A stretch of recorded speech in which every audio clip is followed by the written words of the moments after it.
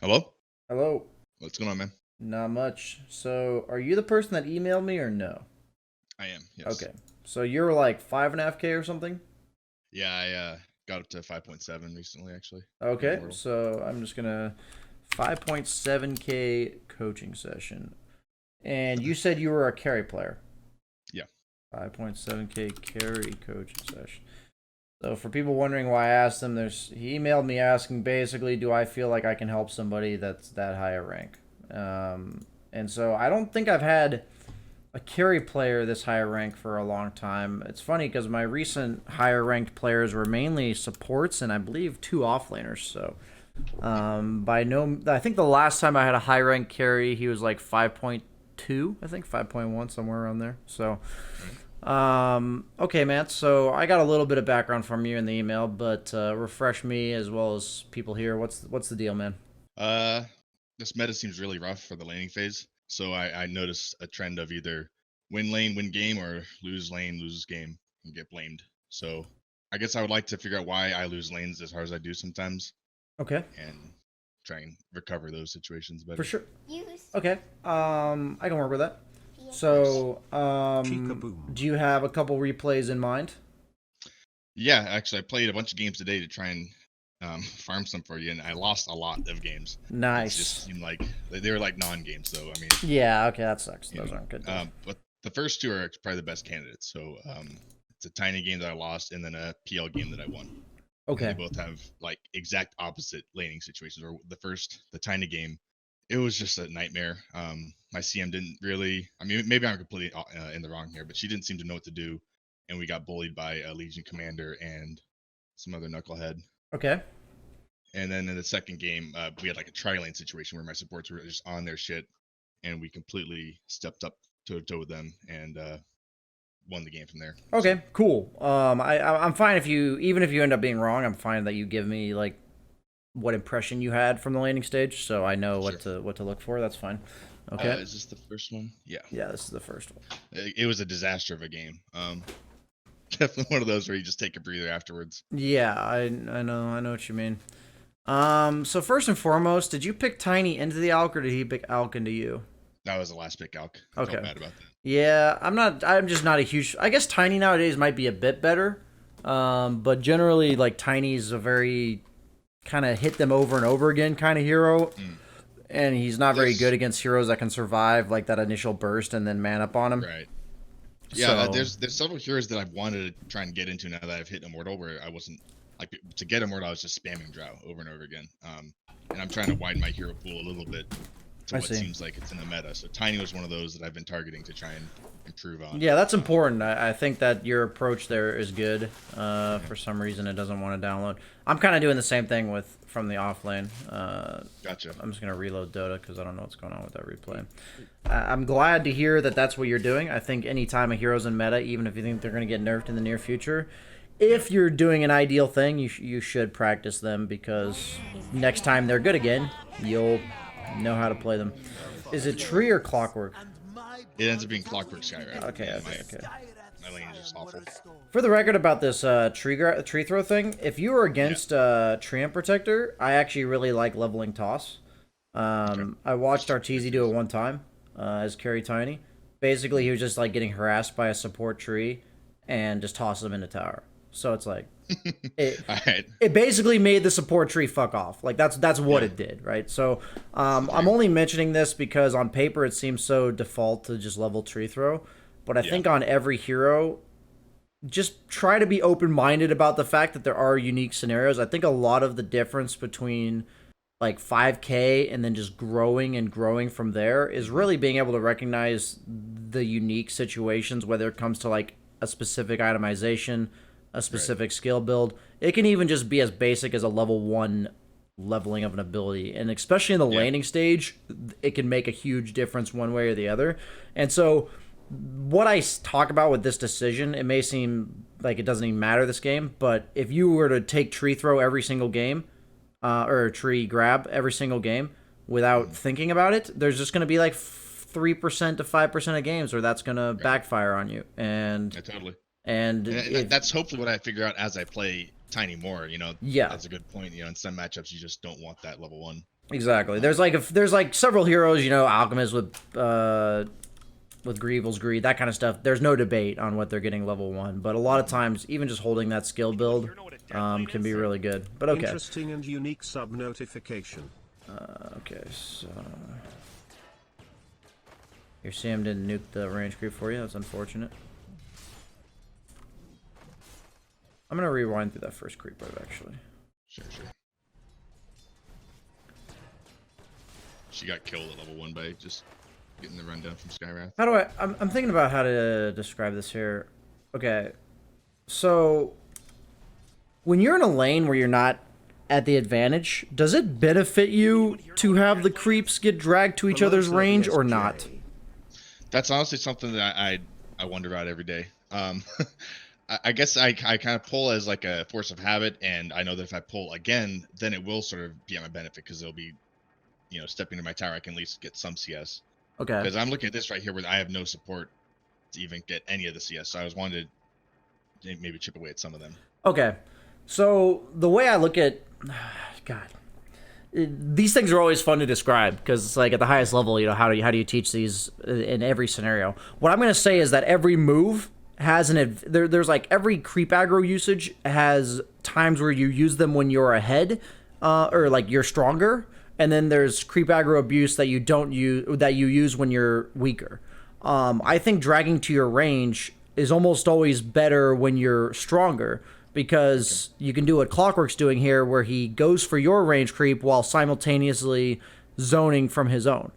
Mm-hmm. So it allows you to like, it creates a moment of being able to apply a lot of power at once. What I mean is that he's securing one creep and denying a major creep all at the same time. Like, it kills the creeps much faster. So, like, if I'm a Slark against a melee hero, I love dragging my range, because if he wants to walk up to that range, I'm going to hit him 3 times while drawing aggro away from the range. And if he doesn't walk up to it, I'm just going to deny it, right? Yeah, and I can't walk up to that range. Yeah, you can't, right? So this is something where you said you do it by force of habit, and that's a perfect example. Like, textbook example of what makes 5Ks 5Ks. They do good things, but they just do it on autopilot every single time. And I'll watch situations like this where I'm like, oh wow, he really shouldn't have dragged to his range. So like, I don't want to like look at this specific example as too much, but I want you to think about every maneuver you do in a lane. Like, I think right now you could say like, wow, he's zoning me from this range and I don't have a support here yet or whatever. Just try to pay close attention to if a maneuver benefited you or not based on if you were stronger or weaker in lane. And I think the most notable thing about this is always try to depict who's at the advantage at every moment in the lane. And the next step of that is why. You know, like, is it through the fact that they harass better? Do they do more damage? Do they have an ability that threatens you? So it's like, if you're against Doom and he uses Scorched Earth, I'm pretty much backing off almost every single time. But the minute his Scorched Earth is on cooldown, if I'm looking for an opportunity to harass him, I'm going to do that because he has really no way of fighting back and punishing me. So it can be based off cooldowns, level advantages, items. Like, there can be so many reasons. It just can be a bad matchup. You know, all types of reasons.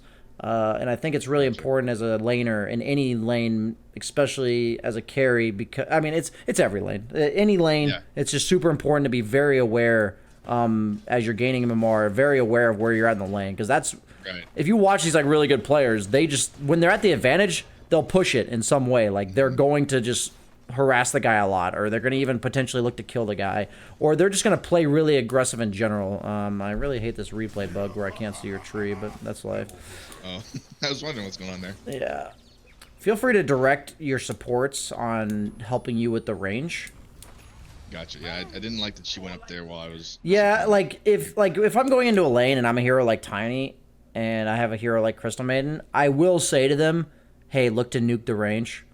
Maybe they're still going to fuck it up, but I guarantee supports will appreciate knowing that you want them to nuke the range, because I'm sure at your level it's around the borderline where the carries are bad enough sometimes that they're going to get angry at the support for nuking the range. You know what I mean? So I like to believe we move past that point, but yeah.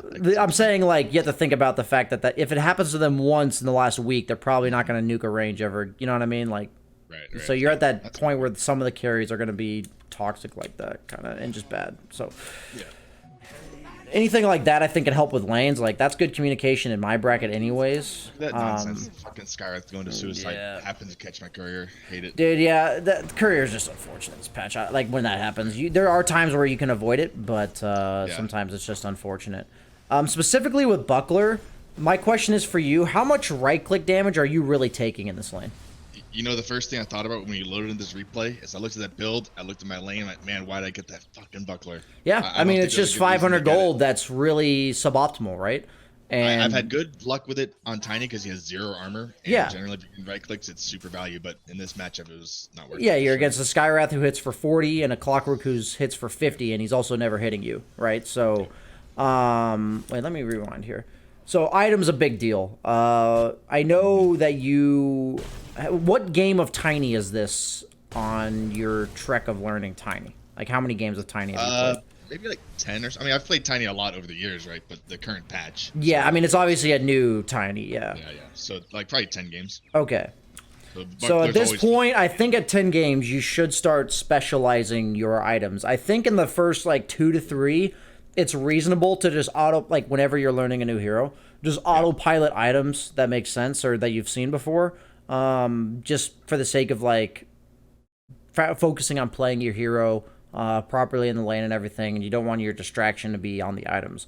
But eventually, like, right around, I'd say, 4 to 5 games, you should start thinking to, you know, adjust your items based on what you're playing against.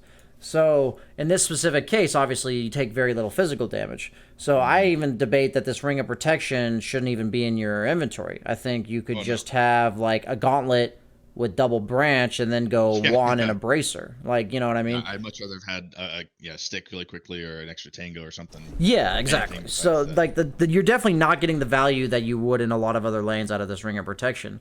And your net worth right now, you know, just for simplicity's sake, that's like half of your net worth that you put into this buckler, right? So, for yourself, I know you said you shouldn't have it. It is a big deal for laning stage to have your first item be wasted. Like, in the past, when people would decide between whether or not they bought the Glove of Haste or the boots first when it came to treads, that ends up being a big decision. Like, it can be 1 or 2 CS either way. It can be you dying because you have the Glove of Haste instead of boots. Like, right. You know, it can make a drastic difference. My description is when the other player is making these decisions correctly, it adds up a lot, right? Like, if you're both kind of randomly inefficient, then not so much. But, you know, that at the point you're getting to around 6-7K is when the players start really making these decisions correctly a lot. And if you're not, you're just getting and you're just getting out efficiency. You're fighting with just a natural disadvantage, ignoring mechanics. Okay. I don't know how badly the courier dying fucked me here, but something to think about. I would have definitely gone boots against Clockwork. I think in this situation, I'm pretty shocked you don't just immediately toss the Clockwork before he even cogs you. So, okay, I'm definitely giving you a lot of things to think about. But the point of this session is I want you to just be able to go look back at it and, you know, one thing at a time. I don't want you to overwhelm yourself the next game. So, like, the first step going into every game, you could even have, like, a sticky note if you want. But ask yourself, who's stronger in this lane? Why? And that'll help you itemize correctly as well. If you think you're a bit weaker, you're definitely not going buckler against a lineup with no physical damage in your lane, right? Like, if you're asking yourself, why are they stronger, and you think it's kill potential from magic damage and locking you in cogs, you're definitely not buying a buckler. You know, if you think about that critically, you're definitely not buying a buckler. So that's the point of that thought process. But in every stage in the lane, as a carry especially, it is so important as a carry. What can go wrong? Like, I always ask myself, what can go wrong? So, like, one question I asked, like, first and foremost, where at the lane do I feel safe? Like, where do I feel like I'm at the advantage or the strongest? Like, if the lane's right here, sometimes that's okay. Like, sometimes it's worth harassing them a lot to push the lane to right here, and that's just perfectly fine. In other lanes where they have, like, kill potential on you, like, if I'm... Let's say I'm like any melee hero against Slardar +1. If the lane's like right here, if I walk up, I'm actually just gonna die. I don't know if you've experienced that against like a good Slardar player, but you'll just die full to zero because he'll walk up to you with bash, hit you, and then his teammate will stun you. Whatever. You're stunned for like 5 seconds, and then you're getting chased all the way to your tower, and you're dead.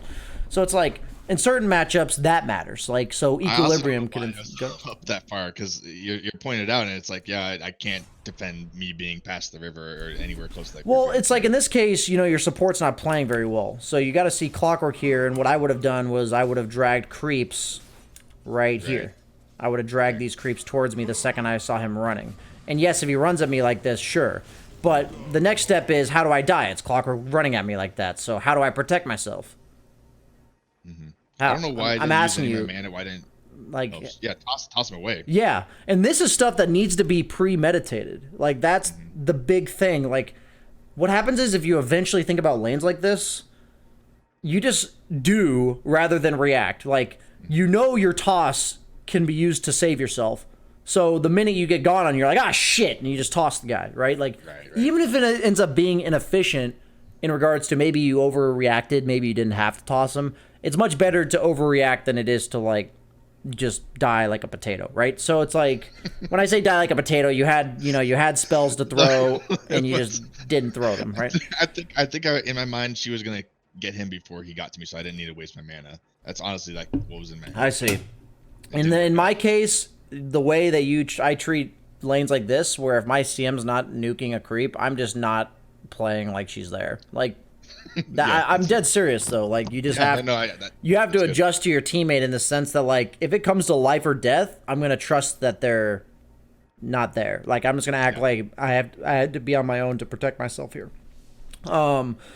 Okay, so a lot of little things adding up. I probably would have gotten rid of this. I would have even considered boots super early on in the lane because of the whole Clockwork thing. And I also think being able to like close the gap on Skywrath Mage could potentially make a difference in this lane. So boots have like a defensive and an aggressive potential.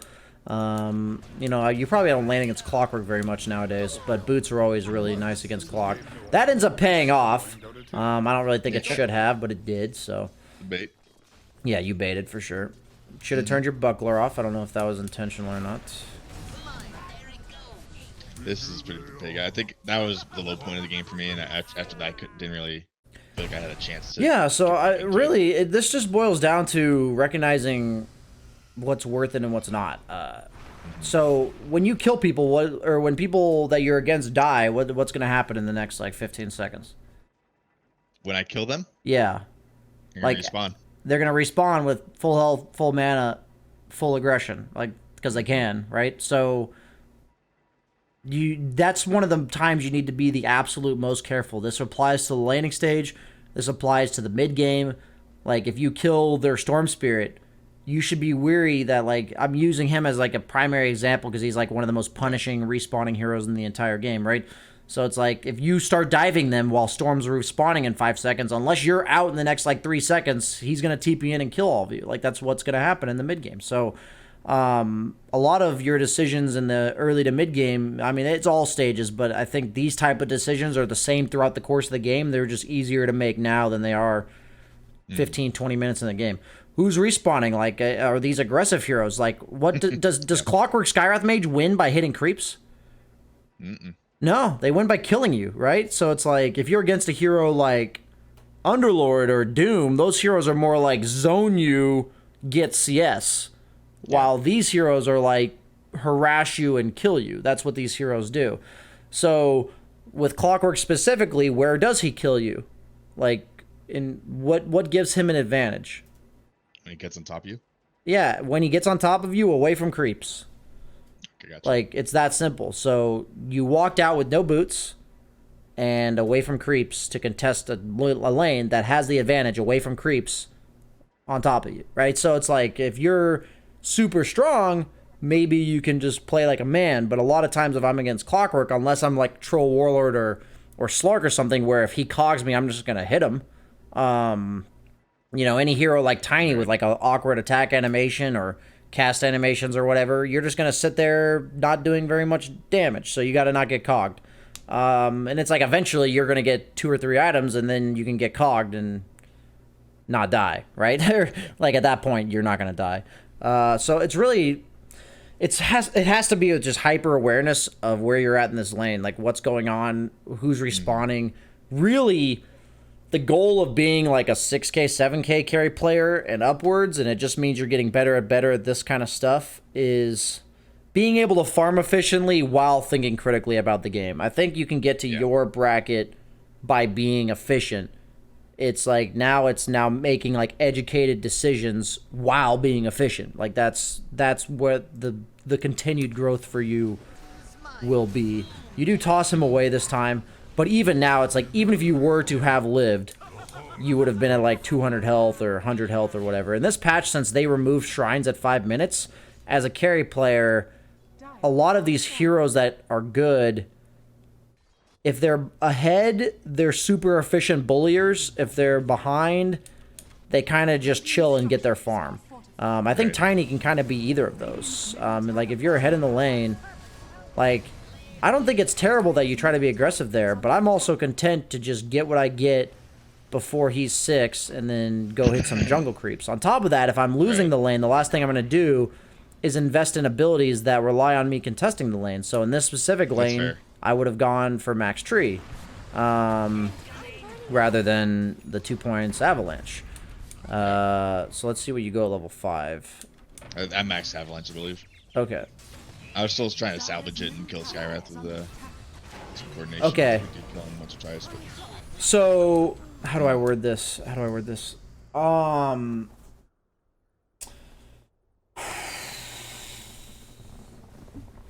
Are Clockwork Skywrath Mage going to take your tower if you leave? Probably not.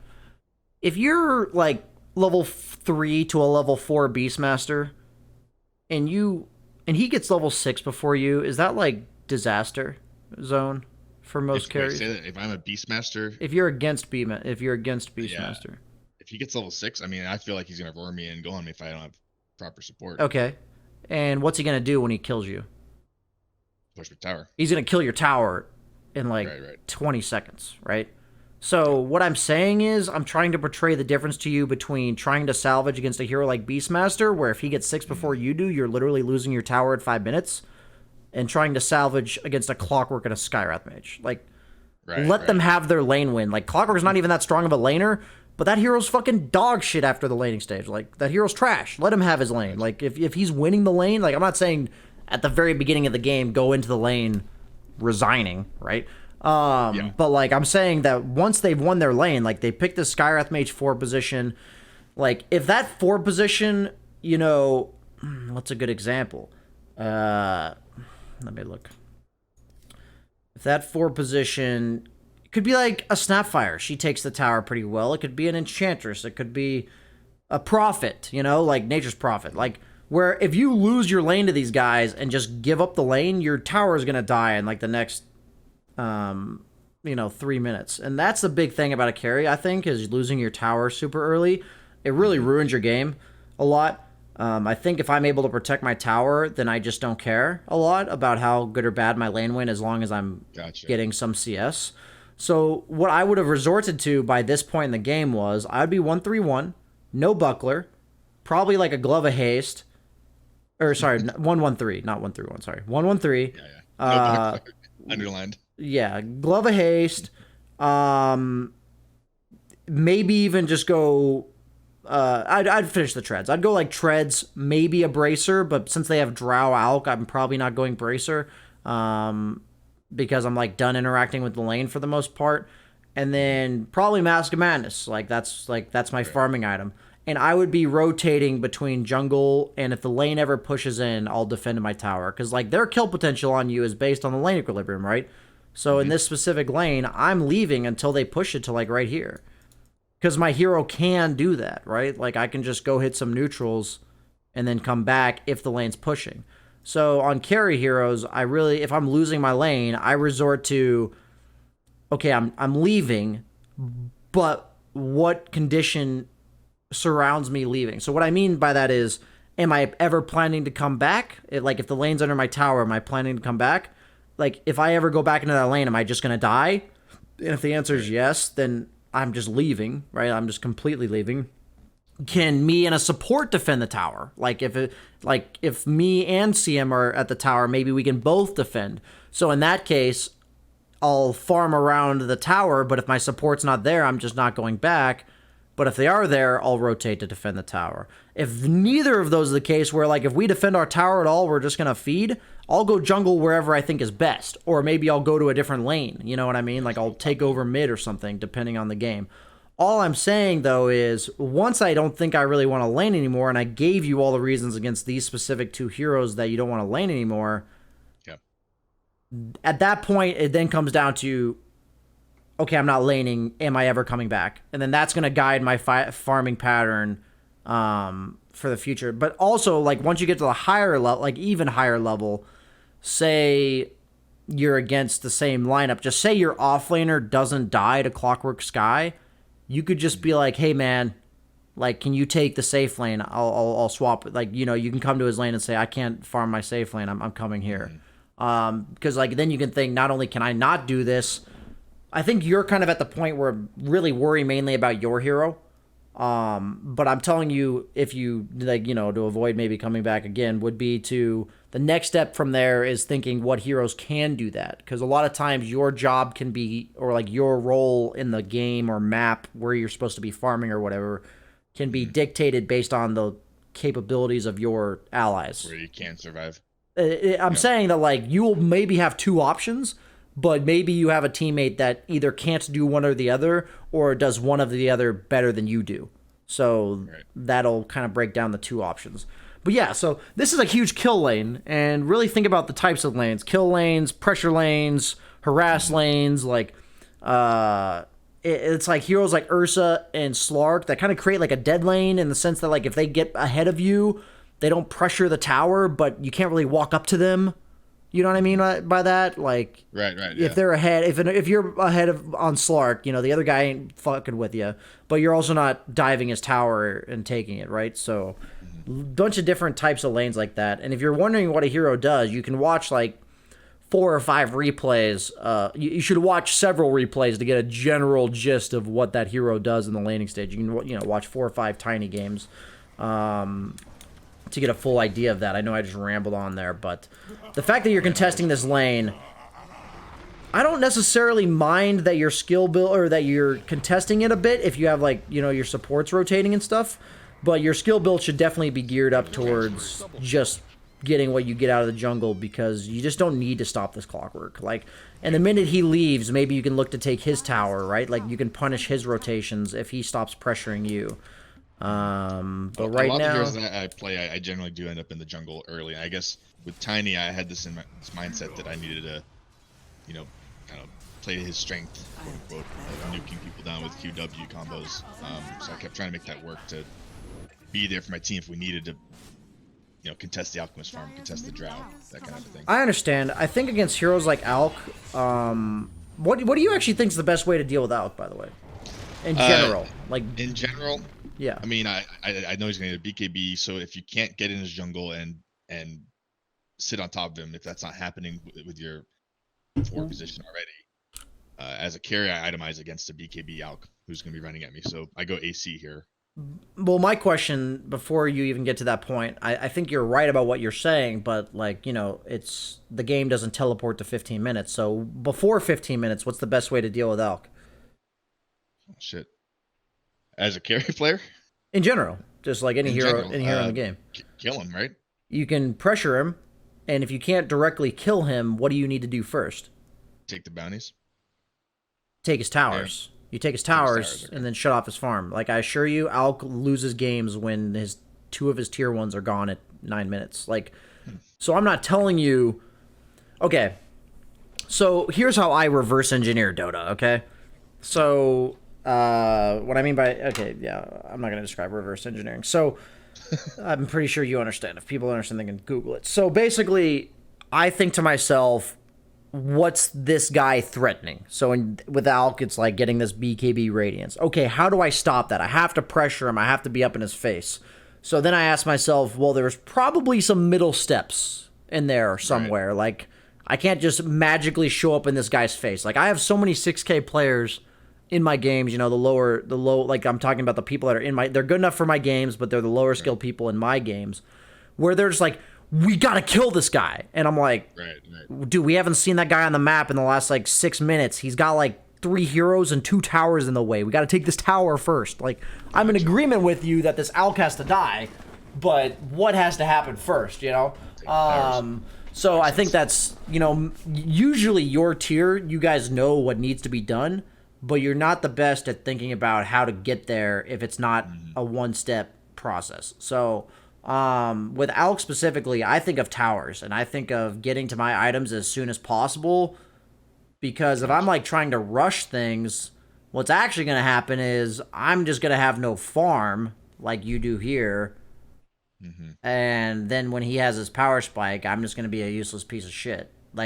So I'm going for, like, I saw players like Arteezy picking, like, super high pressure heroes on tower. So they'll pick, like, these Morphling, these, like, semi-carry mid-gamers, like Morphling, or kill heroes like Slark, where, while Alk is farming, they're pressuring lanes, and anyone that tries to stop them is dying because Alk's basically not a hero in the game for the first 15 minutes, and then suddenly he comes out and kills everybody. I think on Tiny it's fine to play this matchup. I wouldn't pick Tiny into Alk, but I don't think having them last pick Alk is GG by any means for you. Right. He's not bad at hitting towers. So yeah, so I'm saying that I would have looked to just max efficiency, because I can't kill anybody. I would max efficiency and look to pressure towers. So, like, to get to the Alk, you can either kill his team a bunch of times or just kill his towers.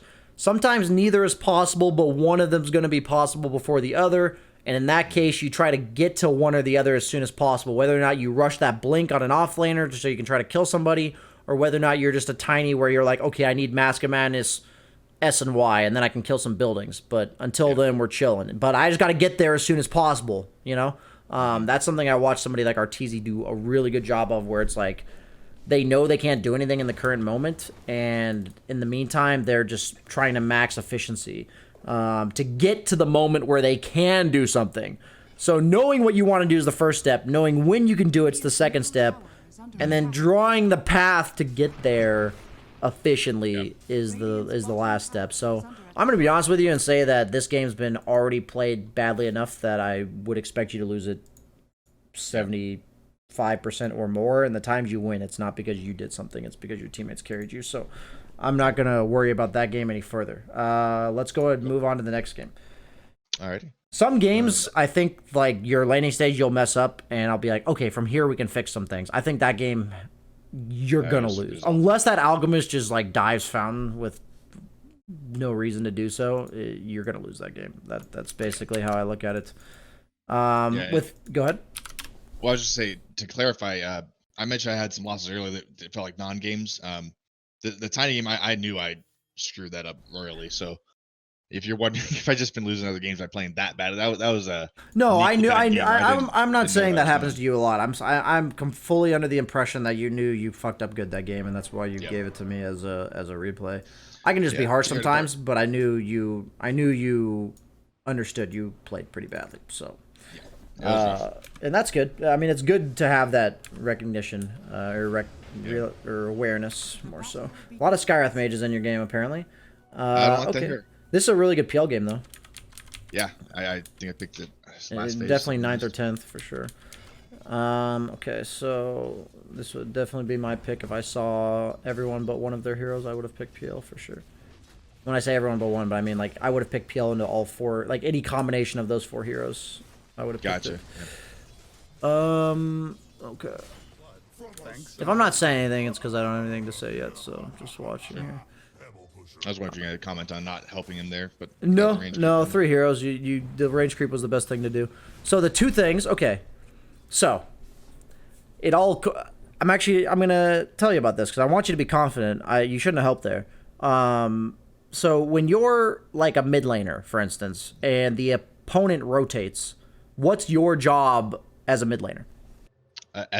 I'm sorry, repeat the question. Like, if you're in mid and it's like 6 minutes in and the other guy rotates, what are your, like, options as a mid laner? Play safe by your tower in jungle. I'm saying that the opponent mid laner rotated to a different lane. Oh, okay. Sorry. Hit his tower. I mean, Your options are to follow him, either respond to follow his him. aggression, right? By, like, meaning, like, teleporting to the lane that he went to. Right. Or punishing him for not being there anymore. Mm-hmm. So, like, people can only do anything, like, they can only do so much at once. So, like, my point for you here is, why am I so confident that that was the correct play? Because in the early laning stage, what's the best thing you can do while your opponent laner is gone? Just push his lane. Kill a range creep, for sure. Like, that's, like, one of the most valuable things at the 2-minute mark. So, like, you did something very useful in relativity to, like, how early on it is in the game when they were going on your teammate right here. Like, they're going on your teammate. Instead of helping him, you walk up and kill the range creep. I thought that was really good. You're, like, making use of, like, if you're just sitting here doing nothing, then I'd be like, why didn't you help him? Or, like, you should be doing something. But, like, if the opponent mid laner rotates and your response is to just jungle, you probably could have done something better. Like, but if the enemy's rotating and he's, like, losing damage on his tier 1 for it, then okay, you made the conscious decision to go for that rather than going for the counterplay, right? And that's something where eventually you should be knowing this ahead of time. Right here, it's like, yeah, you kind of just responded. You saw 3 heroes. I'm not going to help him. I think you were right to not help him there. My general thing is, if something like that's happening to your support, or the enemy mid laner's rotating, or the Clockwork last game was rotating, if you're not helping the people they're going on, you better be doing something, right? Like, so, like, even if in your tiny game, here's an example. In your tiny game, if that Clockwork rotated on mid, what would have been a good use of your time? Securing every possible CS in the lane that I could, maybe killing the Skywrath. Yeah, I would say pushing the lane as fast as possible into that Clockwork's tower, getting every single CS in the meantime, because, like, you're behind. So when you're behind, your punishment or whatever of their play is not going to be as high, right? Like, that's just how it is. If you're behind in levels, what's Clockwork preventing you from doing? If he's there, he's preventing you from farming. So while he's gone, you should better be fucking farming what he was preventing you from farming in the first place. You can't have it so he's zoning you from the lane, and then he leaves, and you're still not returning to the lane. You know, that's when you're just letting the opponent do, like, 4 jobs at once, right? Like, that's what you're doing. So when I tell people, like, God, they're not allowed to do that, guys. That, like, the point is, I have a carry player a lot of times that I'm looking, and he's jungling these camps right here, and their offlaner just rotated in vision to mid, and he's still just farming jungle. And I'm like, he can't be doing this. He's effectively zoning our carry from top lane and killing our mid lane. Like, this can't be happening, right? So, in the simplest of ways, even at the 1.5 minute mark, if that guy's going to go on your support, do what you can with it. So right here, very minor thing, but I don't know how better to describe it than it's something you need to consider. I see 2 creeps.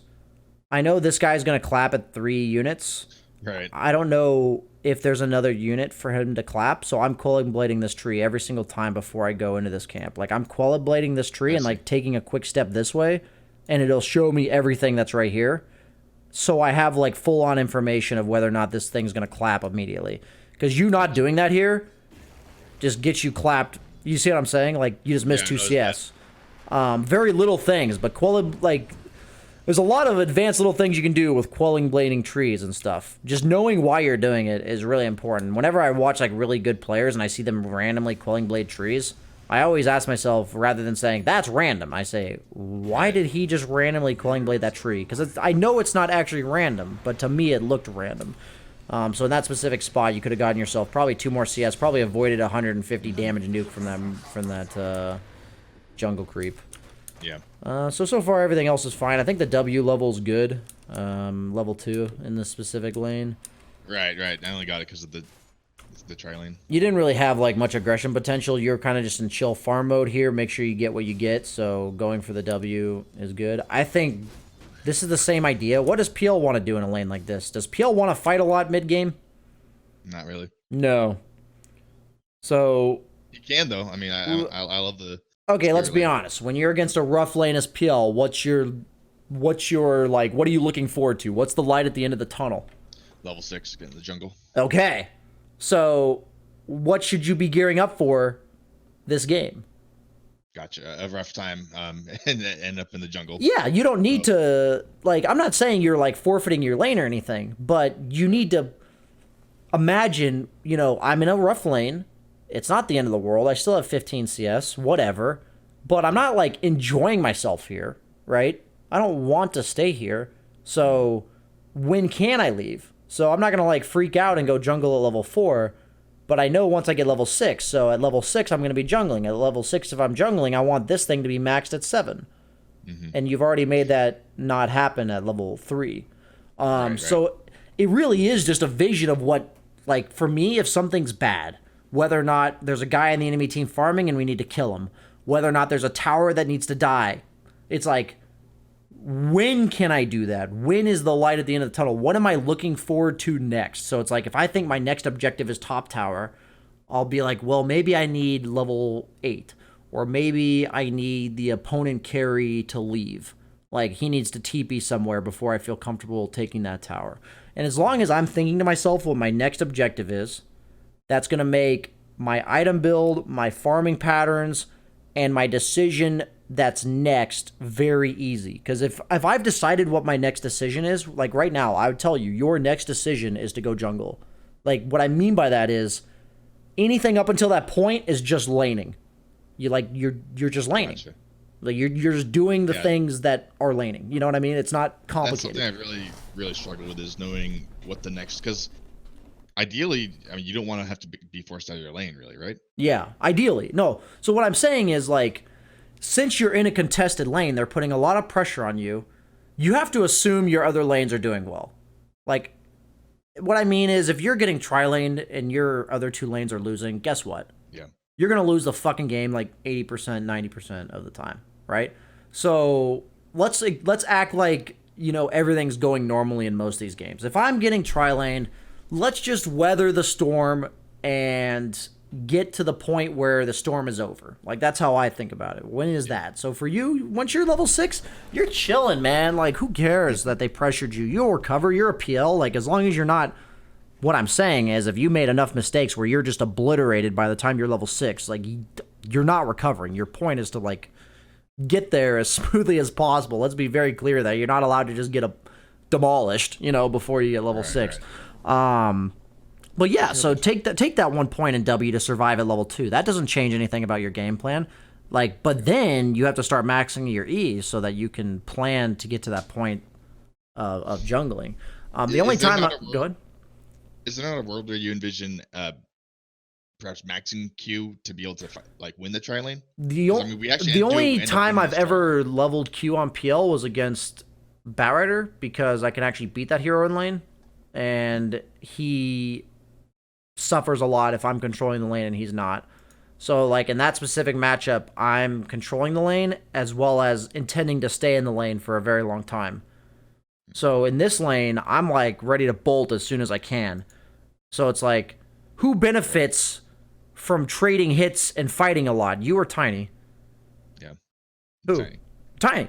So why would I gear up? Why would I give him what he wants?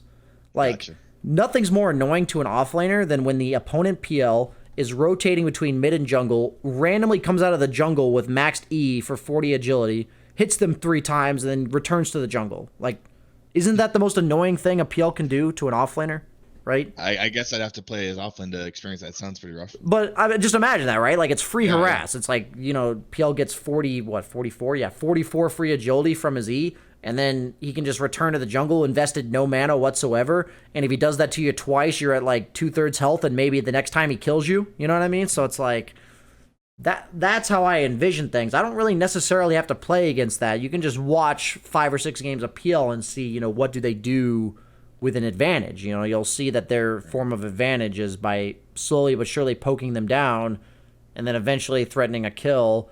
And if the guy leaves, you push his tower because your ulti helps you push towers really well.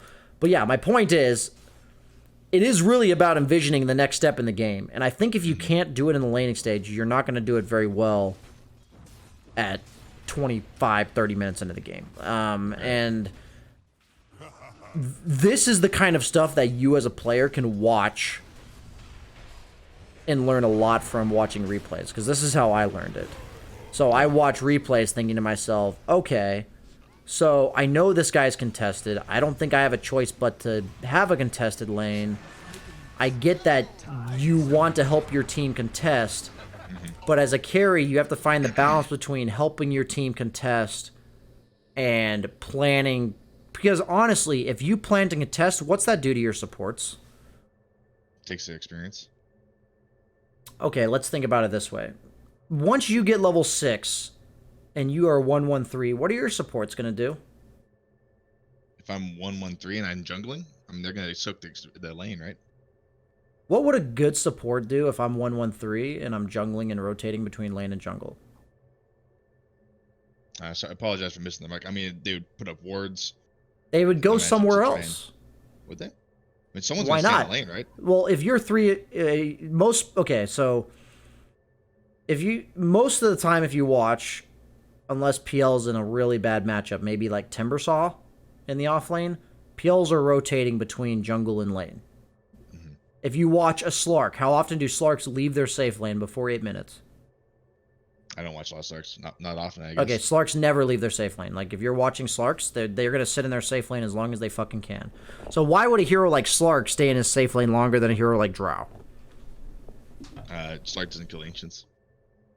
Drow doesn't kill Ancients either. Why would Slark stay in his safe lane longer than Drow? Drow doesn't one-shot Ancients anymore. She doesn't kill Ancients. Well, I mean, she gates them. Okay, I mean, he can regen in lane a lot better than Drow. If I'm an opponent and I see a Slark that's level 7 and my offlaner is level 6, is it like an easy way to kill this guy? Not really, no. What about a Drow? If I have an offlane level 6 and a Drow level 7 and she's farming the lane still, what am I going to do as an enemy? Walk her down. I'm going to fucking kill her. Like, that's what I'm going to do, because she's squishy. So my point is, the heroes that are generally more survivable and difficult to gank are going to stay in their safe lane much longer. I think this patch specifically, this isn't something I've gotten to talk about too much. This patch specifically, if you watch safe laners, they're staying in their safe lane a really long time. Why do you think that might be? What objective was formed this patch that would... Yes, most carries want to make a significant play on the outpost this patch. Like, it is really important. So, how often, like, we either are rotating to the off lane around 10 minutes, or we're securing our own safe lane at 10 minutes. Like, that's what we're doing. Yeah. So there's a lot of times this patch, that was not very common last patch, where carries are staying in their lane through the 10-minute mark because they want to secure their outpost, or at least force the opponent to rotate 3 heroes to their own outpost so that your team can get the top one, right? So that's like kind of what's happening. You're either forcing them to make a heavy investment to push you out of your outpost, or you're just getting your outpost. So from that logic, would the goal you were describing earlier of getting to the jungle that as the light at the end of the tunnel, is that not conflicting with the goal of contesting outpost at level or at 10 minutes?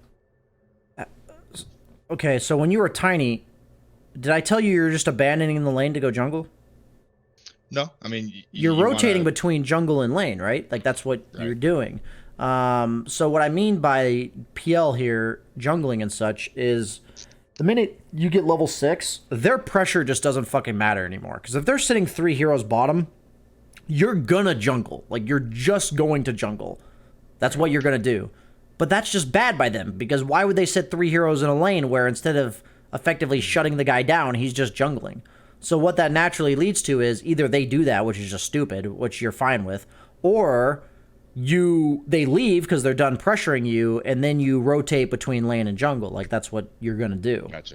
Okay. So what I mean is, you're getting to this point of jungling because at that point you're almost more likely to be able to lane because you're able to jungle. So it makes them not want to lane against you anymore. Right. Does that make sense? Right? Yeah. Then they end up fucking off somewhere. Yeah. So, like, my point is, if they decide to be bad and leave 3 heroes in your lane, despite you being level 6 and you can jungle, if you're 3-1-1, you're actually just glued to that lane anyway. So, like, their play is actually good, despite it being bad, because you're bad, right? Like, that's what made it their play good. But if you go 1-1-3 and they stay in the lane, you're like, okay, I'm chilling, whatever. I don't know what the hell these guys are doing. And then the minute they leave, you're like, ah, nice, I get to push the lane now.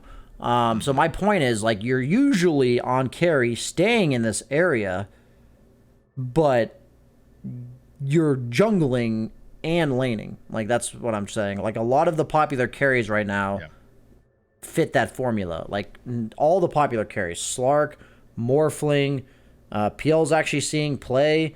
Tiny fits that description. Ursa kind of, but he's even fallen out of favor. Troll Warlord fits that description. Bloodseeker fits that description. All of these heroes with like level 6 or 7 very naturally start clearing jungle camps and laning at the same time. And they're all decently difficult to kill or represent a high kill threat on the opponent. Like, you know, Bloodseeker is not that hard to gank necessarily, but it's like really hard to pressure him without more than one hero because he'll just kill that guy, you know. So Drow is excellent at all those things. Yeah, Drow is more squishy than all the other heroes, but she just naturally does like a shit ton of damage and is like really powerful in the mid game. So she's like a rare exception. Like, imagine if Terrorblade could participate mid game. You know, that's what Drow is. She's just like a really high physical damage tower hitter that can participate in mid game team fights. She's like kind of like PA, where she's doesn't do all that much damage, but the difference between her and PA is she does a shit ton of damage when she gets like treads and a double wraith, and then PA is not that way. Like that's why PA is bad and Drow's good. So okay, so all these things in mind, you know, play the lane up until level 6. Don't let this affect your decision making in terms of what you're doing in the lane. You know, people ask, how many wraith bands do I need? How do I go bracer? Do I go treads? Do I get a wand?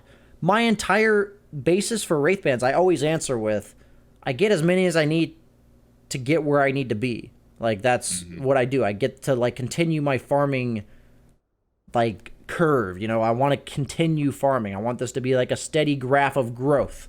So like, if I don't level enough, or if I don't buy enough items to contest these guys until level 6, that means I played too greedy. If I bought items that if say I bought like enough regen, and by the time I'm level 6, I still have 6 tangos, that means I invested too much in the laning stage. You know what I mean? So it's like that's done by trial and error, right? Like, you kind of figure that out by paying attention to, hey, to contest this tri-lane, I needed those 3 wraith bands, or those 3 wraith bands weren't even enough anyway. Why did I waste my money on those? Like, yeah, I thought I wanted to contest this lane, but I still didn't win it, so why did I go for 3? You know, I could have just gone for 2 and started jungling and gotten to my diffusal faster.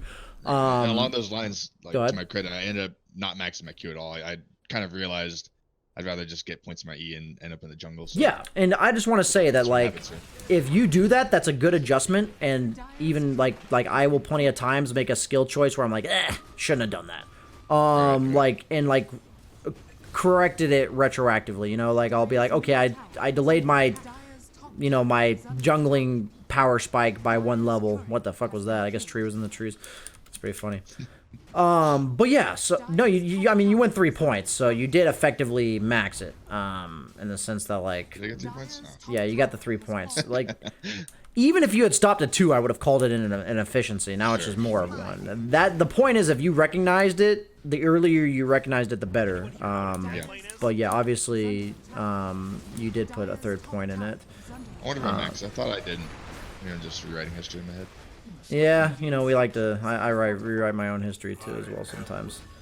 Okay, so at this stage in the game, if I were 1-1-3, I'd be doing exactly what you're doing right now. I guess that ward, the Radiant Ward, might block the camp. But yeah, every time the lane pushes to here, this is what I mean. You're naturally rotating between jungle and lane. Like, when I say jungling, it doesn't mean you're just not laning anymore. You get your outposts, like, just like I want carries to be doing. They push their lane out. And then, yeah, look at that. You're farming jungle and lane. A little bit overextended, though. So let's see exactly what happened here. Well, I think I'm, like, way behind. Like, were they smoked? You got an item dropped from the camp. And what did you use Doppel for? I think I was Doppling to try and, like, body block for him right there. I was doing it as he was alive. And it was ill-advised. Okay, so basically you're allowed to doppel there, but then realize that the minute you doppel, that tiny is real fucking scary. That's really all I can say is there's a lot of carry heroes, like now that I'm playing from the perspective of an offlaner, I can talk to you. I mean, I've played both, obviously, where the minute that PL doppels, I'm calling, even if somebody's not there on my team yet, I'm like, guys, like, no PL doppel for 20. Like, we can get him right here. Like, he can die on this big camp, you know? Like, that's what I'll say. So your way of dying and way of surviving, it's even more important when you're playing against better players because they're good enough to think of it like that, where they'll think they see that doppel, they know you're squishy, and they know, you know, he could be playing this far up, but since he doesn't have doppel, he's gonna die to us, you know, like that kind of thing. And like the thing is, if you don't, like against a good player, if you had doppel there, they wouldn't fuck with you. But the minute you use doppel, they're gonna fuck with you and try to kill you. Like that's what they're gonna do. That's kind of the difference. So it's just interesting like that, but something you will learn over time. You did go start maxing the right skills. Every other game I maxed the E2. That's the funniest part. I only did it this game because I thought it was such a active lane and I needed to be there for my So I want you to be willing to try stuff, right? I really don't want to dissuade. Like if you had a specific reason for going for it, I think that's pretty healthy overall in general. Like, you know, I'm not going to be able to watch all your games, obviously, so you're going to have times where it's going to have been better, right? I will say that, how do I word this? That oftentimes the little efficiencies, unless you are really confident, are not worth it. Like, that's how I kind of look at it. There's just... Oh, man, like, when you deviate from the norm, there has to be a real freaking good reason to deviate from the norm, because the norm exists for a reason, right? So, if the norm is not what you're doing, there has to be a specific exception. So, the fact that you're contesting a lane is fine. I would say you're more likely to go... like 2 points in Lance if you're getting tri-laned by an aggro carry. Like, I would say you're more likely to do that, because then at that point, if you're, like, brawling with this carry for a while, that might not be that bad for you, because you're both brawling. Like, what if you're... who cares if you're stopping the tiny from farming? Yeah, what if you're getting aggroed by an anti-mage? It's like, yeah, sure, man, fight us all day with an anti-mage. Like, I'll fight you guys, but you know what I mean? Like, in that case, it probably benefits you to have both people be brawling it out. But this natural rotation is very, this rotation is very natural. I would say that your TP here is really bad. They called me for that. I shouldn't have done it. I kind of questioned, like, wait, why did I port? What did you guys want me for? But, yeah, no. So I did it like they yelled, and I just ported because I saw 2 on the minimap right there. Okay. I came, and I looked there, and I'm like, oh. So I can relate to this at, you know, at every level, man. So the feels bad. Okay, let's be very straight here. Every carry player in the existence of Dota has TP'd because their teammates wanted them to, and it ends up being bad, right? Like, that happens to everyone. So the only way you can really avoid that happening is being, I'm telling you from personal experience, is by being so confident that you know you're not going to a specific part of the map that you'll just never even remotely consider going there. Like, you're just never going there. Right, there's too much farm on the top side. There's just too much to miss, right? So, like, what I'm seeing here, if I would have a problem, is the second I see these 2 heroes, what should I do? Get mid lane and push Yeah, that, right? I would run straight to the mid lane, right? And that's important. That is equally important. That what I'm thinking to myself on PL especially, PL... okay, how do I word this? It's really hard to describe this because, like, I've had people ask me about PL before. PL is like the prime example of a hero that is really good at protecting themselves by pushing out lanes. But if they put themselves in a lane that's not pushed out, they're actually pretty fragile. Like, if the opponent's able to gank you on a lane that's pushed into you, like, you're not very good at surviving dives. But, like, if there's a PL on your team farming this area, constantly shoving the wave and backing off, it's really hard to gank you. Because you have, like, this kind of space-making ability, so that if they don't get immediately on top of you, it's almost impossible to actually get on top of you. But, like, if there's just a tiny that walks at you, and then you're forced to doppel, and then he just walks at where you're doppling to, that's really easy to kill you, right? But if they're walking at you in vision, and you can reactively doppel to, like, stuns being thrown at you, it's almost impossible to actually catch you. Do you know what I mean? So on heroes like PL specifically, PL really is the prime example. I mean, even like Naga Siren, Terror Blades, these like illusion heroes that kind of protect themselves with illusions. If they TP into their own safe lane, Lifestealer even kind of works that way because he can like rage TP away from stuff, and if he TPs to his own safe lane, he can't do that anymore. These heroes just really don't want to go to their own safe lane, like past 11, 12 minutes to fight. Let's be very clear, to fight. They don't want to go to their own safe lane. Like they don't mind going to their own safe lane if they see 4 heroes top, and they're like, oh, I'll just go bottom because it's safe to go farm it or whatever. And so when I'm playing these heroes, what I'm immediately thinking is, if my safe lane is contested, I am going to immediately push any relevant lane. So if mid lane was already being pushed, and there's no mid, even if one of your teammates is pushing mid, if there's a tier 1 tower there, you should walk there and go kill it. Like that's what you should do. If your teammate is pushing mid and your other teammate's pushing top, at that point, since all of the lanes are pushed, you just jungle. Like that's fine. I would even look to like make sure this lane's pushed out to go secure this outpost.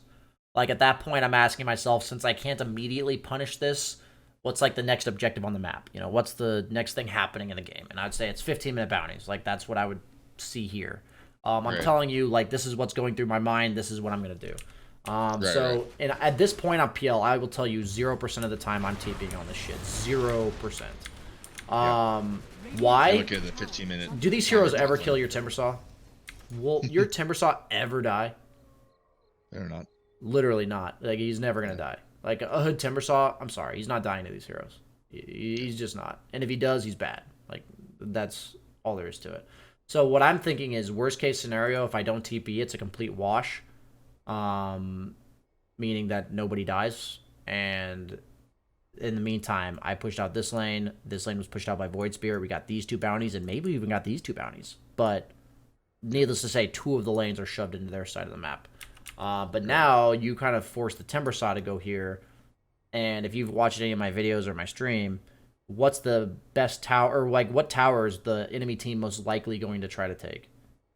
Dead lane, right? Yeah, the safe lane tower. It's not always the dead lane, but it is your own safe lane tower, right? So, in this case, it's even more likely because their tier 1 is still here. Neither of these tier 1s are there, so they're never really going to go for this.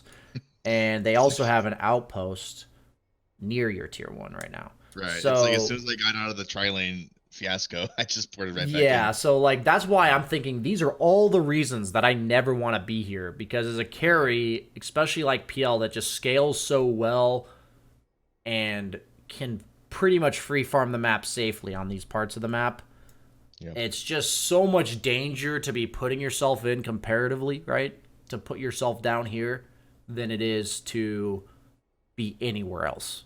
Like that's why. The enemy team just has so many reasons why they would go here, and really no other reasons to go elsewhere. So if they go elsewhere, it will usually become obvious that they're doing it because they're not doing anything else here. Like, because it's so good for them in terms of logic to be here, if they're not here, you can be a bit suspicious where you're like, are they ganking me? But if you're here and you see them doing nothing, for all you know, they could just be jungling or they could be ganking you. So you do have to play scared. And potentially they're going to like get an objective off of you playing scared. But if they're not down here at all and you're just farming up here, you can play scared and miss farm because they're just not doing anything of use. Like, they're not actually getting an objective. They're not, you know what I mean? They're not accomplishing anything. So that's why it's like all of those reasons combined that I gave you about PL specifically, but about any hero in general. It's like, if I'm an offlaner, I'm doing what that Timbersaw did because I want to be in the lane that they're trying to make an objective happen. And that's exactly what my hero is supposed to do, because it's enabling you to not have to do that. That's what I'm thinking to myself as a Timbersaw. Just giving you an off-lane perspective. For, like, I actually would... Last thing as a good off-laner, or like as a player that kind of knows what they're talking about from the off-lane, last thing I would ever want you to do is TP to your own safe lane to help me. Unless I just thought it was the best fucking shit in the world for whatever reason. This is really... We basically thought they were giving up here, Okay, so you thought they were giving up. Okay, if you thought they were giving up, I'm not going to think much of it. So you've got a significant enough lead at this point. I'm going to watch a bit more, and then we probably have time for one more replay. Okay. We do have time for one more replay, so let me just... Can I take a quick pee break? Yeah, go ahead. I'll watch it. If I see anything, I'll tell you. Agents of the Void.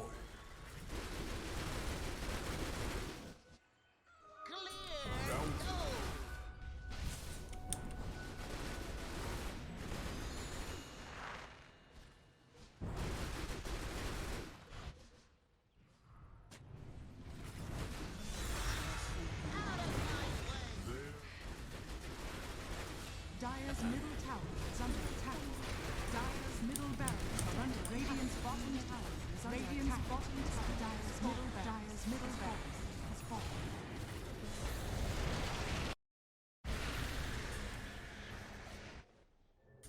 Radiant's middle tower is under attack.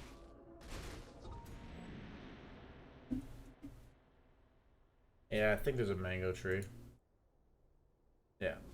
Somebody asked about Vision in Rush.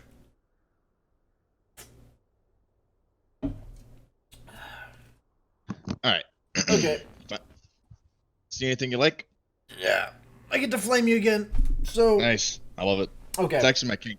Yeah, that's why you're here. That's what most of my people who sign up are here for. So, real quick, I already asked, what's like the enemy team's only objective that's ever going to get them back in the game? What's the first one they're going to take? My safe lane tower. Yeah, your safe lane tower. That's just what they're going to do. Like, I'm sorry. It doesn't matter. Like, I'll fast forward through this to you. I'll show you all of their movement. How much of it's bottom. Agents of the Void.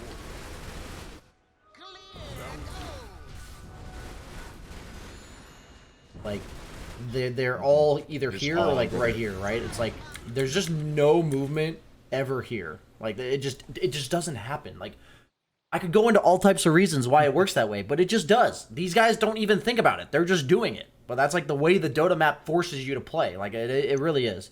So what I'm trying to say is, as a carry player, when I'm ahead especially, I never want to present the enemy team with like a grand prize of killing me and getting an objective off of it. Like they can get one or the other, but they're not getting both. Like period. So we're talking about decision making when you respawn. It's really important. So first off, there's 3 lanes to push actually, because you guys just got wiped as 4. So either of the other 2 lanes is fine. In hindsight, what exactly should you have done? The screen's lagging right now. Hang Oh, on. you're fine. You're fine. Why is it doing that? I don't know. You ever have that from somebody like the Oh, Discord? I see screen's this. I'm gonna restart it. I see what it's doing. Okay. Stream. I see what it's doing. I don't know why it's doing that. It's It's blinking. Okay, it's good. Is it blinking again? It looks good now. Okay. So I see a lot of fog in the middle lane, so I don't like that. I want to go top. And Okay. hit the lane and then the hard camp. And Is then, the opponent threatening to potentially go bottom? I mean, there's somebody there So potentially, right? So yes. So when you're ahead, not only is it that you can get picked off, but what's another way to lose To get picked off. other than getting picked off? If you guys fight them 5-on-5, are you ever gonna lose? Figure Chrono like we did last time, but that's pretty much the only way. Okay, if they're making a move on your tower, are you gonna lose 5-on-5? No. So what's the other way to lose other than getting picked off? So you fight. Fight like 3v5 or 4v5. Right. So as a carry player, you don't want to go to where the fight's going to happen, but what do you need to be able to do? Port there if it does Okay, happen. so how exactly do you respond to this respawn? What do you do? You walk top lane. You walk top. It is equally as bad to TP top as it is to TP bottom. Do you understand why? Yeah. Okay, perfect. So the times where you don't TP out of base, very clearly here, is where the place that you want to play on the map is different than where a fight's going to happen. Like, if those are the same place, like say I'm Timbersaw, I'm TPing bottom because that's where the fight's going to happen and that's where I want to be. So I'm TPing bottom because why else wouldn't I TP bottom? You know what I mean? But if you know, the only exception to this would be if Timber saw, instead of seeing this, saw 3 heroes on their shrine threatening Roche. In that case, if I were you, I would TP top, and if he should walk bottom. Does this make sense? Yeah. Yeah, it's cool, right? It's actually very simple. It's very simple. People misuse TPs so much. How often? It actually happens in my games all the fucking time. I swear to God, you fucking 6K carry players in my games, where I'll say, Sorry, dude, we're fighting at Roche, and he said, sorry, dude, I TP'd bottom, and I'll be like, why did you TP bottom? Like, fuck, you know? Like, it'd be in the case where, like, if this were a more even game, they push bottom, and you would just TP top, and you're like, dude, I TP top, and I'm like, I know you did, and you shouldn't have. Like, what do you want from me? You know, like, that's not a valid excuse just because your TP's on cooldown. Like, that does not mean you played it correctly.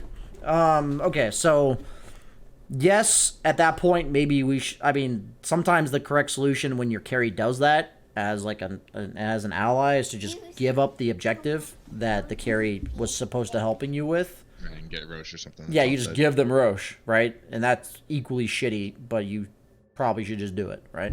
Yep. But yeah, so really important when you're respawning. Most of the time, like, it matters elsewhere too, but it's a lot of times when you're respawning, really think about TPs. You can watch better players for this kind of shit. Like, it's actually really good material to watch other players doing. That's honestly the best thing I've learned right now is, like, what to be watching for. Because I'll watch pros and I'm like, okay, cool, they're owning. Wow, they're doing this. Yeah, they happen to always be in the right place at the right time. Crazy. Right. You know, like, that's it is all of these. Like, people think it's so easy, right? Like. That's why when I watch these, for whatever reason, it comes more naturally to me in the off lane than it does in the carry lane. Because, like, I would much rather be the guy that's, like, going to the fight purposely than, like, avoiding it. But I do know it's just, like, what I've realized is I generally play overly passive on carries for whatever fucking reason compared to off lane, while I'm just, like, up in their face for no I wish I had the manliness I had as an off laner as I do as a carry. I don't really know why it's that way, but that's why I've decided to try to start being more of an offlaner, but it's interesting. So, do you like playing some of the other carries like Bristle or? Oh, I love playing brawling carries, dude. Bristle's like one of my favorites, dude. You just fucking, you just show up to everything. That's the problem is I can't play the anti-mages, man. I just can't do it. Okay, so yeah, Peel's like a little bit of both, which I really like. But yeah, so we're gonna wrap up the replay here. Do you have one more that we could potentially use? Yeah, what would you prefer to look at? Like a game where I actually think I did well? I mean, yeah, I think a game where you think you did well, and I can point out little things that I haven't already pointed out would probably be the best use. It's going to be a drow game. That's probably my strongest hero right now. That's how I climbed.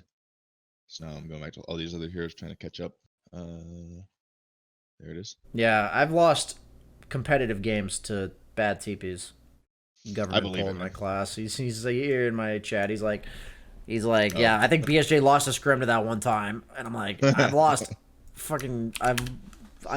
game to Optic to go to a major because of that shit, dude. You don't even tell me. Yikes. I can go find my TP. I can literally show you the TP that lost us the game, and it was me. You'd be like, BSJ, I'm sure other things went wrong in the game. It's like, yes, but right that moment, I solidified us losing the game by making that TP.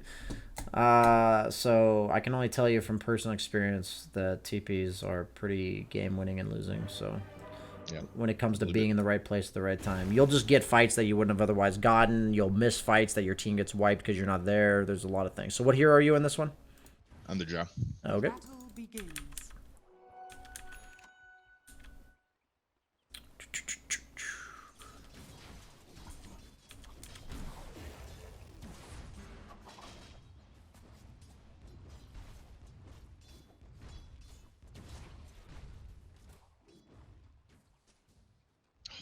Rough. That melee creep.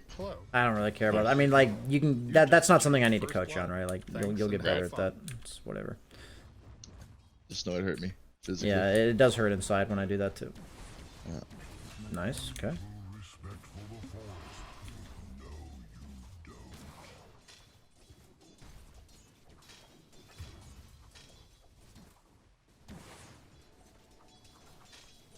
Don't you dare.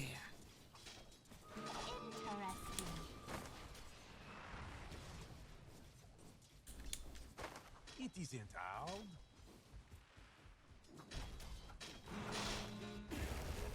What's that Pango doing? Well, Oh wow, you Dang. even sniped the other guy. Okay. I find it easy to respect you.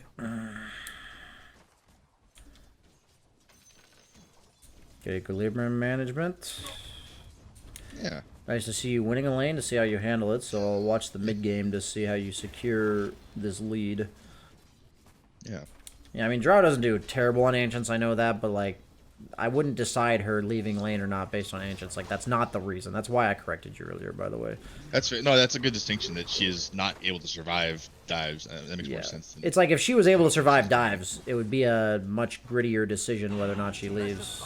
Even though she can farm creep camps pretty fast. Okay, so overall, good equilibrium management. You are making sure you attack the creep wave out every time it's pushing. So you're maintaining it near your tower pretty much the whole time, which on a hero like Drow is really important. On other heroes it may not be as good, but you seem to be pretty knowledgeable about pushing it on PL as well. Just the skill build and such was the issue. questionable. Yeah.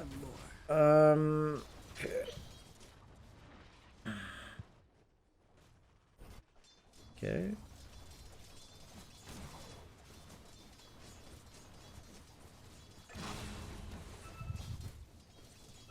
Who can say what I will do with this power? That ability is fucking busted, man.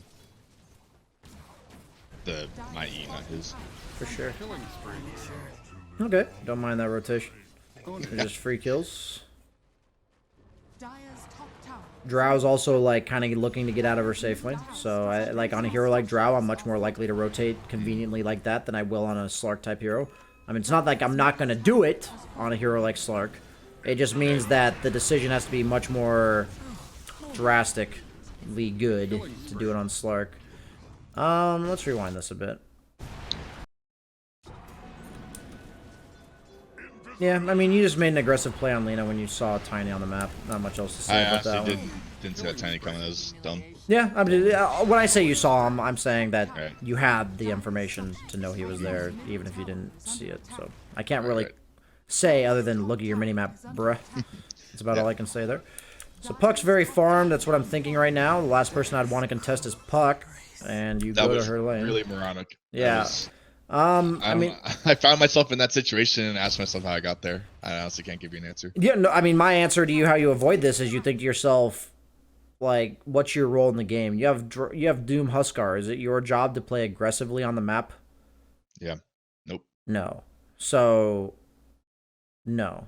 Don't play aggressively on the map. So probably the worst thing you can do is play up on their side of the map against their highest leveled hero in the game. Like, that's literally the worst thing you can do. Like, I know you said, like, I don't know how I got here, but Right. I came to this conclusion because I don't have to do anything because I'm not the hero that's supposed to be doing things, so don't do things. Like, that's... So, as an offlaner, I love this because I always like to think to myself, what's the most dangerous part of the map? That's almost always my job to take. As a carry player, I have to recognize the most dangerous part of the map and avoid that. Like, that's like against my nature, but it is what you're supposed to do as a carry player. So, Yeah. like I you think were, I was feeling myself, honestly. I was yeah, like, you were just really feeling yourself, apparently. Not much else to say about that one. In the mid game, though, I like to think about what heroes I match up well against. Puck is not one of them, because if she gets a +1, I just die, as you saw there. yeah. I guess like I've had good experience against Puck because Gus just ruins her. Yeah, Or for sure. anyways. Dire's yeah. courier has been killed. Because your team's planning to fight, I don't particularly hate this TP bottom. Drow is much more of a mid-game carry, Is under attack. so there's no other objective for you guys to take other than Roche, so your two choices are to play around Roche consistently or fight them anytime they go bottom. So as long as those are the two things that are happening, I don't care. If it's anything else other than that, I have an issue. Like if you're just randomly fighting them at their triangle or some shit here, like I'd have a major issue with that. Even though last time I said I don't want to TP them around safe lane, Drow's a hero that really needs to capitalize on winning fights because she's just so squishy. That like if she can take good fights, it's really important that she's a part of them. She makes good use of that. Okay, so now you are playing around bottom, which I don't necessarily love. Yeah. This should definitely be your Doom and or Treant Protector, while you should be playing where the Doom is underneath that ward for this exact reason. Maybe it still works, but what if it was just the Doom getting gone on and UT being in? Isn't that just strictly better? Yep. Do you see what I'm saying? Like, even if this works, if it works this way, it would have worked 100% of the time if they were going on your Doom and UTP in and hit them all with your multi-shot. Like, that would be always better. Like, the net result of Doom getting gone on and you TPing is always better than you getting gone on and him TPing. It's just always better. So it's just... Go ahead. Kick out your offlaner? Like, do you, like, verbally tell him to leave if he's not wanting to? Because I feel unwelcome when I go top sometimes. I watched your deadline video a while back. I just started going top, and they're like, what are you fucking doing? They ping me, you know, and they get kind of agitated if I just show up top. Okay. It's a good question, right? It is a relevant question. So I kind of did talk to a few pro players about this because I had a similar qualm. I basically said it's not because the guy's being toxic, but I said, what if there's a guy just farming the area that I need to farm? Like, I'm just telling you as a drow right now, you have to farm the top half. Like, you are required by laws of safetyness of a carry to farm the top half of the map, right? You just have to. Right.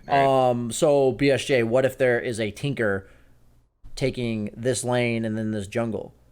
You're at that point, it is better to share farm with him than it is to die bottom.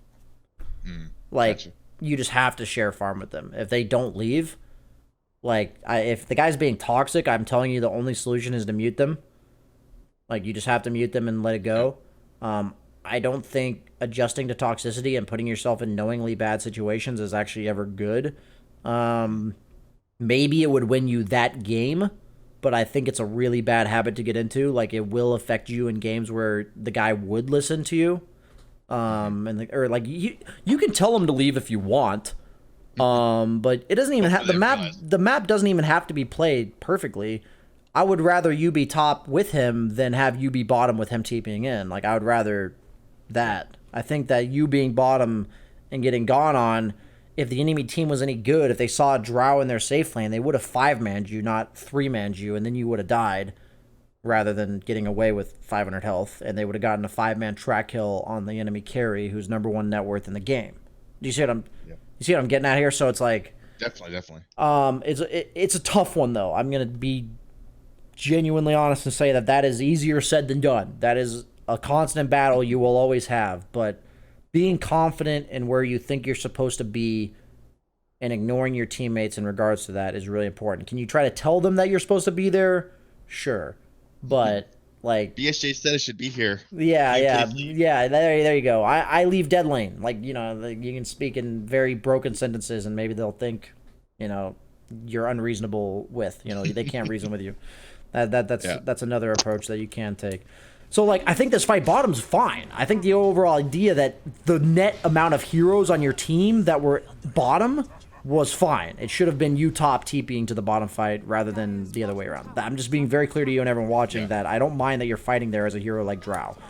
As PL, before Diffusal, I don't want you fighting in your own fucking safe lane. Unless, like, the only time you're fighting in your own safe lane is when you literally have no other decent choice.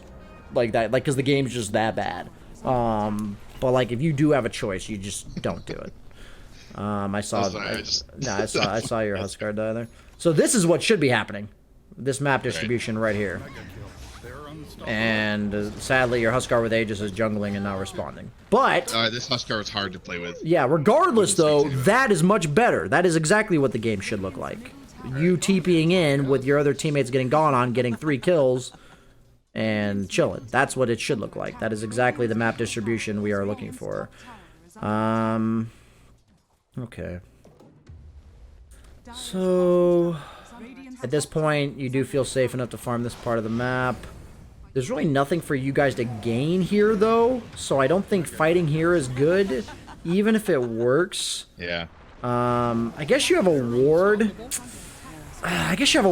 It's like, when I have teammates like this Huskar, I'm just playing around them rather than hoping they come to me. Right. That's actually what somebody was saying is like, dude, he's not coming to us. Let's just go play with Huskar. Yeah, like if he's content or if he's intent on staying on the top half, I go play with him top. If he's jungling, there's really nowhere for you to go because, you know, he's just doing nothing. But when he's playing aggressively top, I definitely would look to make plays with him only. I don't think you guys making that play is terrible, but the fact that your Huskar's not there makes it bad for sure. Your Huskar's definitely not playing Dota, but that's okay. Look at him. He's hitting ancients. Yeah, I see it. I'm paying attention.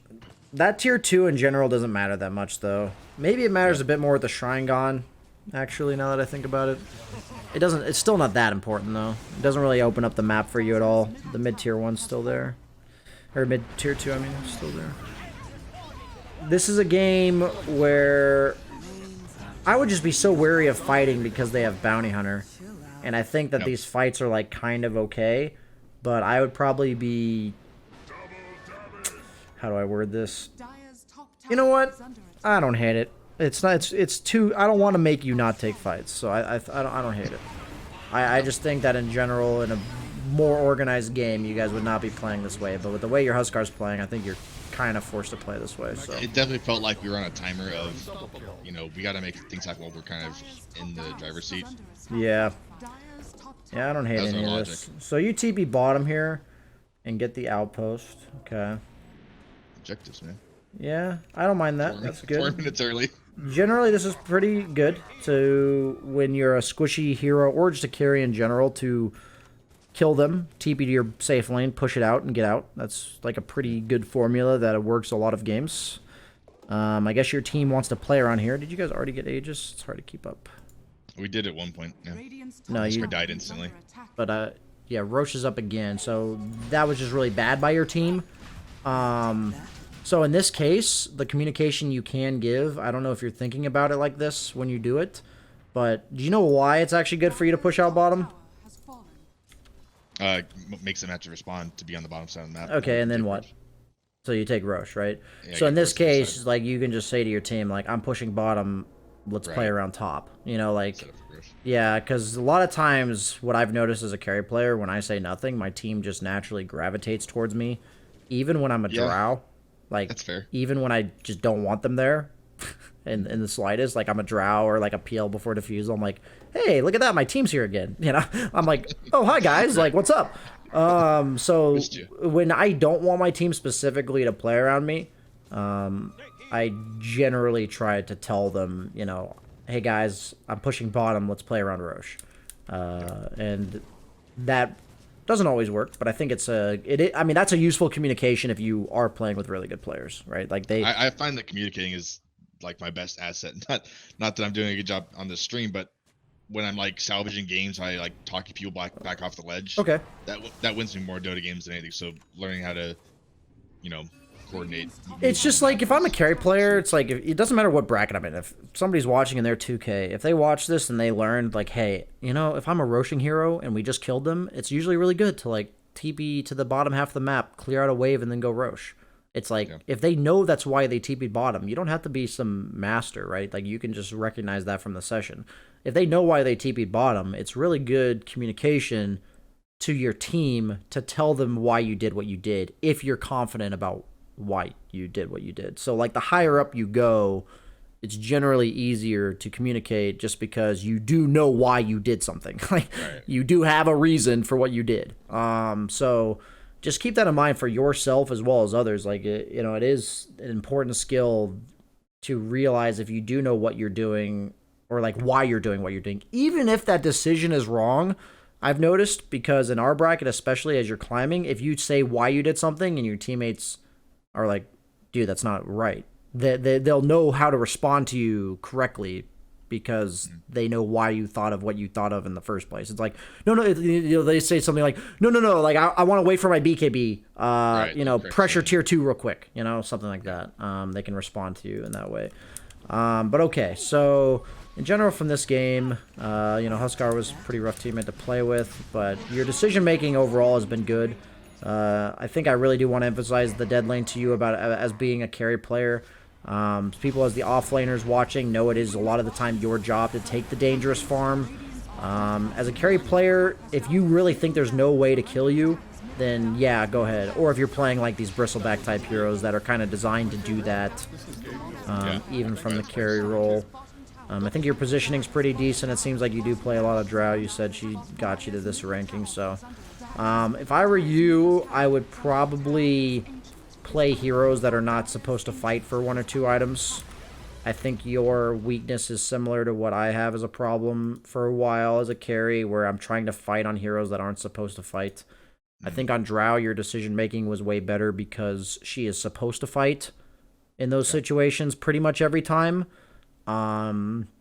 So by showing up to the fight, you're just making the right decision. That just naturally caters towards the way you seem to want to play. So when it comes to that kind of thing for anybody, it's just like there are going to be heroes that naturally suit the way you want to play Dota, and you're just going to naturally be better at those heroes. But the best players, and what I think has really been a limitation for me over the years that I took too long to address, so I hope I can pass it on to you to not make the same mistake, would be to practice the discipline it takes to play heroes that are not your natural playstyle. Right. So when you're watching PL, like you should watch them like 5 or 10 PL replays. Like invest fully at the start because you know what you're looking for now. Yeah. Look when they fight. I think we'll do that. See why they fight. A lot of times on a hero like PL specifically, if I'm the hero that scales the hardest in the game, I ask myself, do I have to fight? If I think I have to fight, I'm going to show up. Or if I think that that's a good place for me to fight. Like if it was a mid fight and I was farming the jungle like you were, I'd probably show up to that because it's right there. you know what I mean? It's very convenient for me to show up. But there's also games as PL, I'm telling you, where until 25 minutes, if I show up to the fight, I'm actually just going to die. Like I'll maybe throw in 1 lance and my contribution will be like so minimal. A hero like Anti-Mage, his ability to contribute to mid-game fights has a lot to do with whether or not there's opponent on the team to mana void. If there's no mana void target, your mid-game or like early game, mid-game team fight contribution is pretty low. So like a lot of heroes like that, they have situational fight contribution, games where they are good at contributing and the games where they're just fucking useless by contributing. Like I've learned on a hero like Lycan, there's some games where you're never supposed to fight. Like you're actually just supposed to, every time a fight breaks out, you're supposed to just run at a tower and kill it. Like that's because it's so hard to fight. Weird. Yeah. It feels so weird. Yeah, it's like if they have like a Tidehunter and a Sven, you're just never fighting as Lycan. Like you literally just can't fight them until you have Roche and 2 extra items or some shit. Like you just can't fight them. So yeah, that's like the big thing for me, I think, from watching your games. We already talked about a lot. I don't have to review it all, but really prioritizing these heroes that play a different way than you like to play. And if you get yourself well-rounded, you'll be able to, what I mean is, what I feel like right now is if it's a game where you as a player are supposed to participate in the game, you're going to naturally win or like play better than your MMR level. But then in a game where you're naturally supposed to not fight, say the enemy team just picks 5 really strong fighters. That's a game where you're probably not supposed to draft a hero that's supposed to fight them, right? Like that you're supposed to draft a hero that outscales them and avoids them, right? Like that's what you're supposed to do. But you're not going to win those type of games. And that's what, as like a lack of versatility, will punish you. As you get better at Dota, the other players will have more heroes that they can play, and they're naturally going to have this draft advantage. That really is the big difference between tier 1 and like tier 3 teams. Oftentimes tier 3 teams, they have like 3 heroes each that they can play at a tier 1 level. And then the tier 1 players realize this and they ban those out or counter them in their draft. And then the tier 3 team plays the other heroes at like tier 2, tier 3 level, and you're just like, and you just lose because that tier 1 team can play 15 to 20 heroes each at the tier 1 level, and they're just going to outdraft you with the heroes that they can still play at the highest level.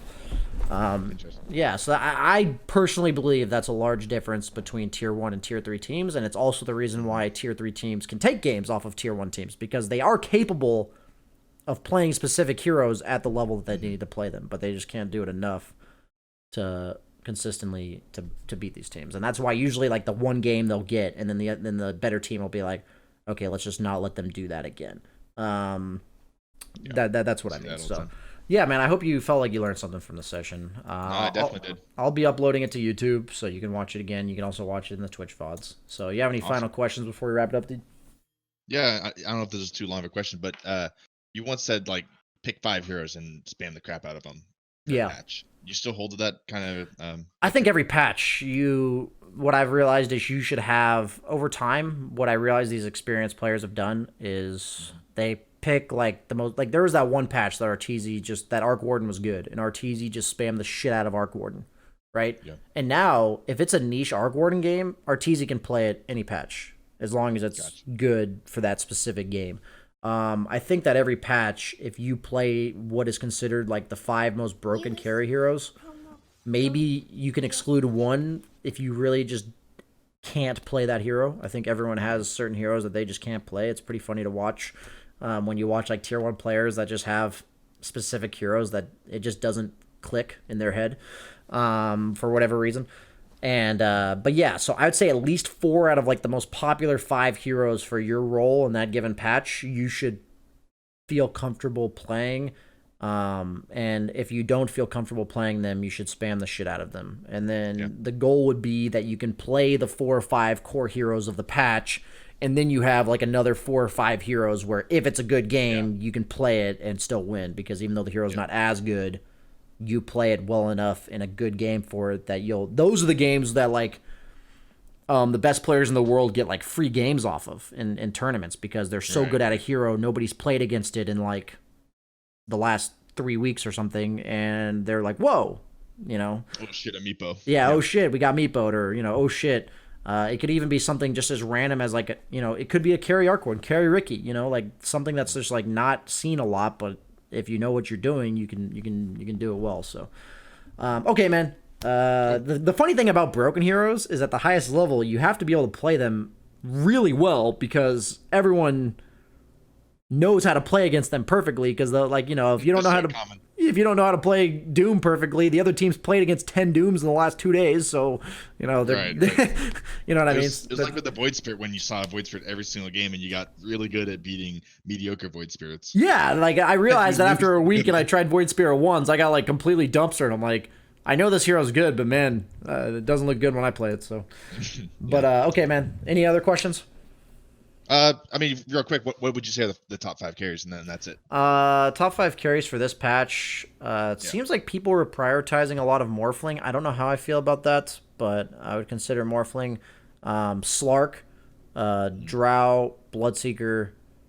I think a lot of people have been. I'd say on top of those 4, it would be either like one of these. It'd be like PL, Weaver, Troll, it's like maybe Ursa. I think Ursa might still be good in pubs, but I suck at it. Ursa's my 1 year I can never play. Okay, I mean, Ursa's like falling off really hard. I think people are like realizing you got over nerfed. Maybe Magnus, if you want to like learn a new hero. Yep.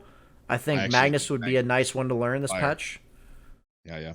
So cool. I'd say the 4 core ones would be Slark, Bloodseeker, Drow, and I'd say those are the 3 that really stand out to me. And then Morphling was picked a lot at the tournament that I watched, and Mag's a good one to learn this patch too. So awesome. I appreciate it, man. Right on.